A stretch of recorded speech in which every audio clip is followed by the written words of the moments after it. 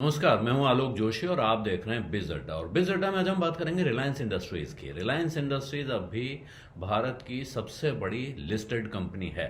हालांकि ग्रुप के तौर पर देखें तो गौतम अडानी का साम्राज्य बड़ा हो गया है मुकेश अंबानी के साम्राज्य से, लेकिन अभी भी देश की सबसे बड़ी लिस्टेड कंपनी रिलायंस इंडस्ट्रीज है।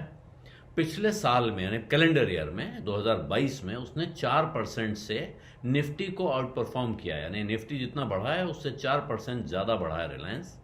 और अब आज की तारीख में ग्लोबल ब्रोकरेज फर्म जेफरीज की एक रिपोर्ट आई है जिसमें उनका कहना है कि जो बुल केस सिनेरियो है, यानी सब अच्छा हुआ तो मुकेश अंबानी की ये कंपनी 39% उछल सकती है जहां है वहां से, और ये 3500 रुपए का भाव शेयर का हो सकता है रिलायंस इंडस्ट्रीज के शेयर का।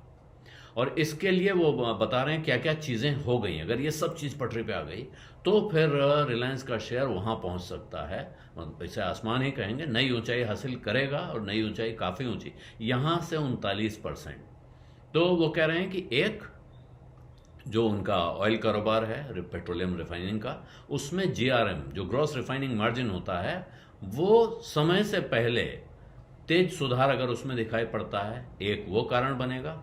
दूसरा, टेलीकॉम के कारोबार में कंसोलिडेशन तेज होगा और जियो को अगर टैरिफ बढ़ाने का यानी भाव बढ़ाने का, रेट बढ़ाने का मौका मिल जाएगा तो उससे लाभ होगा।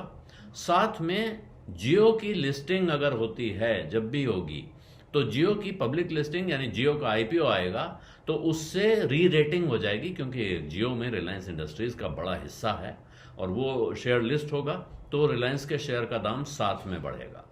इसके अलावा रिटेल का जो कारोबार है, रिलायंस रिटेल, उनका मार्केट शेयर जैसी उम्मीद की जा रही है अगर वो उससे ज़्यादा तेज़ी से बढ़ता है, और साथ में जो उनका ऑनलाइन कारोबार है जियो मार्ट, उसका जीएमवी, ग्रॉस मर्केंडाइज वैल्यू, ये कहते हैं जो सब कुछ उन्होंने बेचा उसकी वैल्यू, यानी कुल उनकी जो सेल हुई उसको भी अगर उसमें भी उछाल तेज आता है, उम्मीद से ज़्यादा होता है, तो ये तो हुआ बुल केस सिनेरियो। अगर सब कुछ बहुत बढ़िया हुआ, शानदार हो गया, तो फिर 39% का उछाल दिख रहा है। लेकिन अगर ये सब नहीं हुआ, बेस केस सिनेरियो अगर है, तब भी वो कहते हैं कि 23% का उछाल आ सकता है और 3100 रुपए को ये शेयर छू सकता है।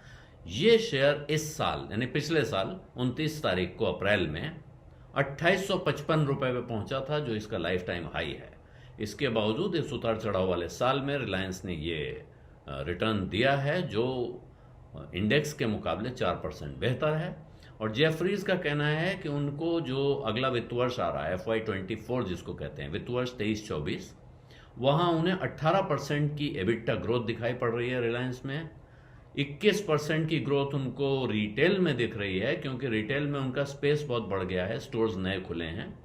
और साथ में जियो में 24% की ग्रोथ उनको दिख रही है, क्योंकि वहाँ एक जैसा मैंने पहले कहा कि टैरिफ बढ़ने की संभावना दिख रही है, कि यानी टेलीकॉम के रेट बढ़ेंगे, उनके जो तमाम सर्विसेज हैं, और साथ में घरों में जो ब्रॉडबैंड लग रहा है उसकी तरफ लोगों का आकर्षण बढ़ रहा है। तमाम दूसरी चीज़ें बंद करके लोग ब्रॉडबैंड लगवा रहे हैं।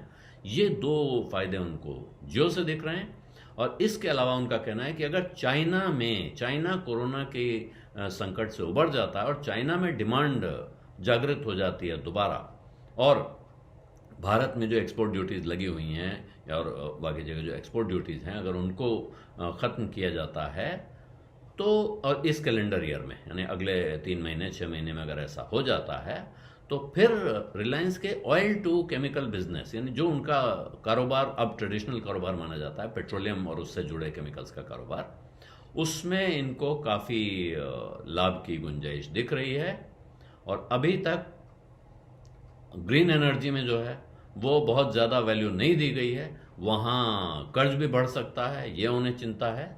लेकिन साथ में उनको ऐसा लगता है कि रिलायंस के कुछ नए अभी रिलायंस के सामने रास्ते दिख रहे हैं, जिनमें एक फाइनेंशियल सर्विसेज में वो वेंचर कर सकता है, और दूसरा उनका मेटा और गूगल के साथ, मेटा यानी जो फेसबुक की पेरेंट कंपनी है, और गूगल के साथ उनकी पार्टनरशिप नए आयाम ले सकती है। ये संभावना उनको दिख रही है। तमाम कारोबारों के बारे में वो अलग अलग तरह के अनुमान उन्होंने दिए हैं, जिनका मोटा हिसाब सामने है। तो एक तरह से कह सकते हैं कि रिलायंस के अच्छे दिन एक बार फिर शुरू हो रहे हैं, हालांकि उनके दिन कभी खराब हुए नहीं थे, ये संभावना दिख रही है। अब इसके बाद मुकेश अंबानी वो अमीरों की सूची में कहाँ पहुंचेंगे और वो गौतम अडानी उनके मुकाबले में कहाँ रहेंगे, ये कहानी अलग से चलेगी। लेकिन रिलायंस के शेयर में पैसा लगाने के लिए ये जेफरीज की नज़र में एक अच्छा मौका है। जेफरीज की नज़र में होगा, आपको लगाना है या नहीं लगाना है ये फैसला आपको खुद करना है, और आपको अपनी सलाह अपने भरोसेमंद सलाहकार से ही लेनी चाहिए। बीज अड्डा में आज इतना ही। अब इजाज़त दीजिए। धन्यवाद। नमस्कार।